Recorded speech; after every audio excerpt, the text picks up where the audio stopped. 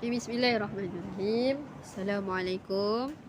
Dan cikgu harap semua sihat dekat rumah, okey? Dan cikgu harap juga semua orang dapat tengok video cikgu sampai habis. Okey. Baik, sebelum tu cikgu minta untuk keluarkan buku tauhid darjah 4 buku teks, okey? Darjah 4 keluarkan buku teks. Okey, kalau tak ada, okey cikgu nak keluarkan pensel dan juga kertas. Okey, yang mana ada isi penting daripada cikgu cakap, mohon catatlah dekat dalam buku awak. Okey, baik, sebelum kita mulakan pembelajaran kita, cikgu nak minta sama-sama angkat tangan. Kita baca doa sama-sama. Bismillahirrahmanirrahim. Allahumma taf alaina hikmataka wa anshur alaina min hazaini rahmatika ya arhamar rahimin. Rabbil syahri sadri wa yassir li amri wahlul 'uqdatam min lisani yafqahu qawli. Amin amin ya rabbal alamin. Okey, baik murid-murid, keluarkan buku dah dan pensel dan juga buku tulis. Okey, baik. Kemudian cikgu nak buka muka surat 13.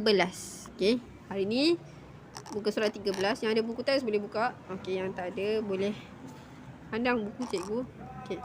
So hari ni kita akan belajar, cikgu akan ulang secara imbas lah. Okey, pelajaran 4 iaitu mengenal Allah dan mengetahui sifat-sifat Allah.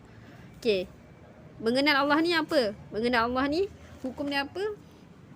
Iaitu dia fardu ain ke atas setiap makhluk, iaitu dengan mengetahui nama-nama Allah dan sifat-sifat Allah yang dinyatakan oleh syarak daripada ajaran Rasulullah. Okey, nak katanya kita kena kenal Allah, kita kena tahu Allah daripada sifat-sifat Allah dan juga daripada nama-nama Allah. Hukum dia apa? Fardu ain. Maksudnya terjadi perlu untuk kita tahu fardu ain kepada diri kita. Wajib kepada diri kita. Okey. Jadi seperti yang kita tahulah, nama-nama Allah ada berapa banyak? Ada berapa? Asmaul Husna 99. Okey. So buka balik Asmaul Husna. Okey, 99 nama Allah. Okey. Kemudian sifat-sifat Allah ada berapa banyak? Sifat-sifat wajib. Sebelum ni kita belajar betul. Dalam tahun 2 kita belajar. Tahun 3 belajar lagi. Dan kemudian tahun 4 pun kita belajar lagi. So sifat-sifat Allah ada 20. Ingat, 20 sifat-sifat Allah. Okey. Dan kemudian ada juga sifat-sifat mustahil bagi Allah, iaitu sifat-sifat yang berbalik kepada sifat-sifat wajib. Okey. Jadi tu antara yang mana macam mana kita nak kenal Allah tu. Macam mana kita nak tahu Allah tu macam mana. Dan nama-nama Allah tu cukup untuk menggambarkan Allah tu macam mana. Okey, contoh Ar-Rahman. Allah tu Maha Penyayang. Nak katanya sifat Allah tu sayang kat kita tu kita nampak sendiri. Nampak tu macam mana cikgu? Cukuplah kita dapat bernafas hari ni, dapat free je. Allah tak minta kita apa-apa pun. Allah tak minta kita buat apa-apa pun. Kalau kita pergi hospital, kita kena beli oksigen tu sangat mahal. Tapi Allah bagi kita free je.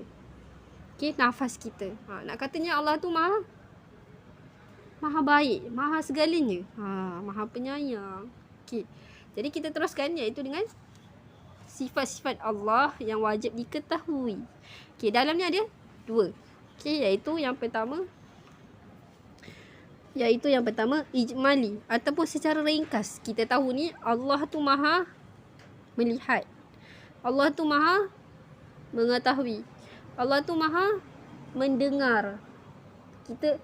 Maksud secara ringkas, kita tahu Allah tu boleh. Allah tu maha mendengar. Allah tu dengar apa yang aku cakap, apa yang aku doa. Allah tu tengok apa yang aku buat sekarang. Dalam tempat gelap ke, tempat terang ke, Allah tu tengok kita sekarang. Allah tu maha melihat. Nak katanya secara ringkas. Jangan persoalkan apa macam mana Allah tengok. Janganlah persoalkan tu. Boleh jadi bila mana kita persoalkan tu, boleh jadi kita tu pun boleh jadi gila. Nak kata gitulah. Sampaikan kalau kita nak mempersoalkan Allah tu macam mana. Okey, tu maksudnya secara ringkas. Maksudnya apa? Okey, maksudnya yang tadi cikgu cakap tu lah secara ringkas. Allah tu maha melihat, maha mengetahui, maha penyayang. Kita dapat berfikir hari ni pun bersyukurlah. Itu daripada mana? Allah juga yang bagi kat kita. Tapi jangan persoalkan macam mana Allah bagi kita berfikir macam ni sekarang. Janganlah persoalkan benda tu. Benda yang tak perlu dipersoalkan, jangan persoalkan. Okay, baik. Okay, so itu yang pertama, iaitu ijmali. Okay, ataupun secara ringkas. Yang kedua iaitu tafsili ataupun terperinci. Terperinci macam mana? Contoh macam kawan-kawan kita mungkin ada pergi sekolah pondok ataupun sekolah agama, duduk situ 3 bulan. Dia belajar atas laki dengan guru. Itu pun gurunya hanya maklum, hanya sekadar yang perlu tahu sahaja. Tak adalah sampai terperinci sangat. Macam mana contoh okay, contohnya macam mana Allah tu dia duduk, contoh Allah duduk dekat atas arash. Macam mana benda tu kita dah tak boleh nak katanya Allah kata ada benda yang kita boleh berfikir, gunakan logik. Tapi kalau benda tu memang tak boleh nak persoalkan. Allah dah kata jangan persoalkan benda tu. Dan sebab itulah, dan kita belajar nak kenal Allah tu, kita kena ada guru juga. Okay, so tadi cikgu cakap ada berapa? Ada 2. Ingat ada 2. Satu, yang pertama ijmali, iaitu secara ringkas kita tahu Allah tu. Okay, Allah tu maha penyayang, Allah tu maha penyayang, Allah tu maha melihat, Allah tu maha mendengar. Yang kedua tadi cikgu cakap apa? Tafsili ataupun terperinci. Kita perinci sedikit lah. Terperinci sedikit. Okay, kemudian buka muka surat seterusnya, iaitu muka surat 14. Daripada tadi itulah cikgu cakap Asmaul Husna. Okay, daripada nama-nama Allah tu sendiri, 99 nama-nama Allah. Okay, kemudian daripada sifat wajib Allah. Okay, yang mana yang ada wujud, qidam, baqa, mukhalafah tu. Okay, yang mana 20 sifat Allah tu, daripada situlah kita dapat Allah ni maha bijaksana, Allah maha mengetahui, Allah ni maha penyayang, Allah ni maha pemaaf, Allah ni rupanya dia sangat sayang kat kita. Daripada cikgu nak katanya daripada apa yang kita pernah belajar sebelum ni, daripada Asmaul Husna tu sendiri, daripada sifat-sifat Allah tu sendiri, kita dapat, kita kenal Allah tu sendiri. Bukan kita fikir ya ke Allah tu boleh buat macam tu. Benda-benda yang macam tu janganlah kita buat. Elakkan, dan juga kita jangan buat benda tu. Boleh jadi bila kita buat benda-benda yang macam tu, ya ke eleh, boleh ke eleh, ada apa kata-kata yang macam tu lah. Sekarang kita suka sangat sebut kan. Bila kita mempersendakan ataupun kita cakaplah benda macam tu ya ke. Okay, ya ke tu sebenarnya tu antara salah satu benda yang mana kita tak percaya. Jadi elakkan dan janganlah buat benda-benda macam tu. Tapi percaya dan yakinlah. Sebagaimana kita percaya, ya Allah, hari ni aku nak nyorok mana pun kat dunia ni, kau tak nampak aku. Ataupun ya Allah, kalau aku tak sembahyang hari ni, mesti Allah murka kat aku. Maksudnya percayalah akan datang juga hari kiamat, hari pembalasan nanti, satu hari nanti. Okay, jadi untuk pembelajaran kita hari ni, cikgu boleh kata boleh buka balik, boleh buka balik nota-nota ataupun sebelum ni pernah belajar, ingat balik okey sifat-sifat Allah tu macam mana. Itu adalah macam mana kita nak mengenal Allah tu, macam mana kita nak sayang dekat Allah tu, macam mana kita nak ketahui Allah tu macam mana. Kita tengok daripada nama-namanya dan sifat-sifatnya. Jangan kita mempersoalkan ataupun jangan kita menidakkan.